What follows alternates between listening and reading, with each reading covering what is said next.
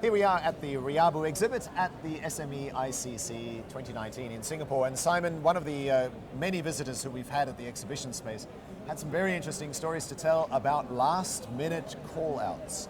So in this particular case, the customer called them at short notice and said, can you quickly come urgency to fix whatever they needed fixing?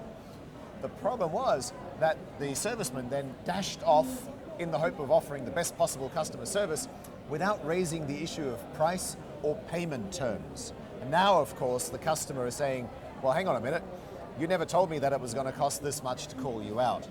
So how do you manage to get paid when there's actually very little time to have a conversation around payment terms and those milestones and all of those other things that we've talked about?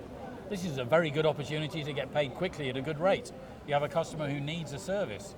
You shouldn't be afraid of raising the issue of payment terms, but if you've not had an internal discussion about how you deal with opportunities like that, and if you have the kind of business, because not every business is a business which allows you to dash off at a moment's notice that's right, and sell lots of stuff, but if you have that kind of business, then you should have this conversation, and all of your salespeople and technicians should know how to deal with this situation. I mean, the first thing is, if the customer expects you to turn up at short notice, he's going to expect to pay.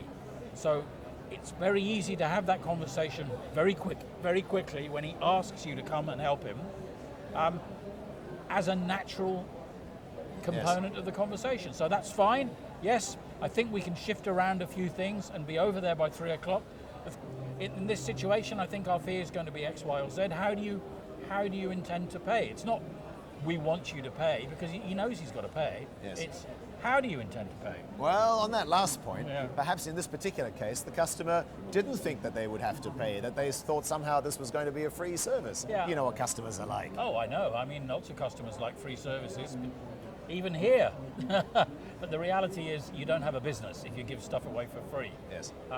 The only circumstances under which you might consider doing that are if this is a potentially large customer who, when you do them a favor and they owe you one, could gift you a large amount of new business. But you need to be very, very, very careful, because the sales mentality is eternally positive.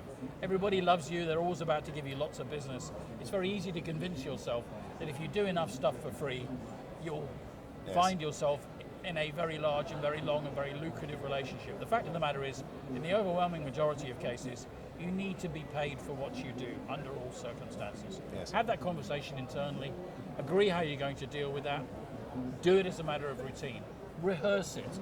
Yes, so what sort of phrases would you rehearse in a case like where the customer calls you last minute and where, you know, immediately lathering on the price and payment terms might make the customer feel like, well, they've got me over a barrel and now they're taking full advantage of me? First of all, you don't want to give the impression that you're all sitting around with nothing to do. So the fact that you can actually service them at short notice must surely require that you move some things around. So what Even if you don't? So you might not necessarily want to agree to that straight away. You might say, let me see if we can, yes, actually, you know, we can probably fit you in at 3. Where are you again? We can probably fit you in at 3 if we move some other quite important things around. Yes. So what's the nature of the problem again?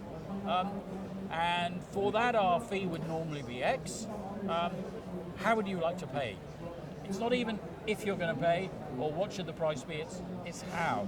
So, because they're already saying, it's not like they're saying, I'm not sure whether I need your service or not. Yes. They're saying, I need your service and I need it urgently. Yes, that's right. So you have it's interesting to me that we're even having this conversation, because it reflects a very profound truth, which is that many, many, many people who love what they do are deeply reluctant to actually ask to be paid for it. And you and I are not entirely innocent when it comes to that, right? Oh, what are you alleging?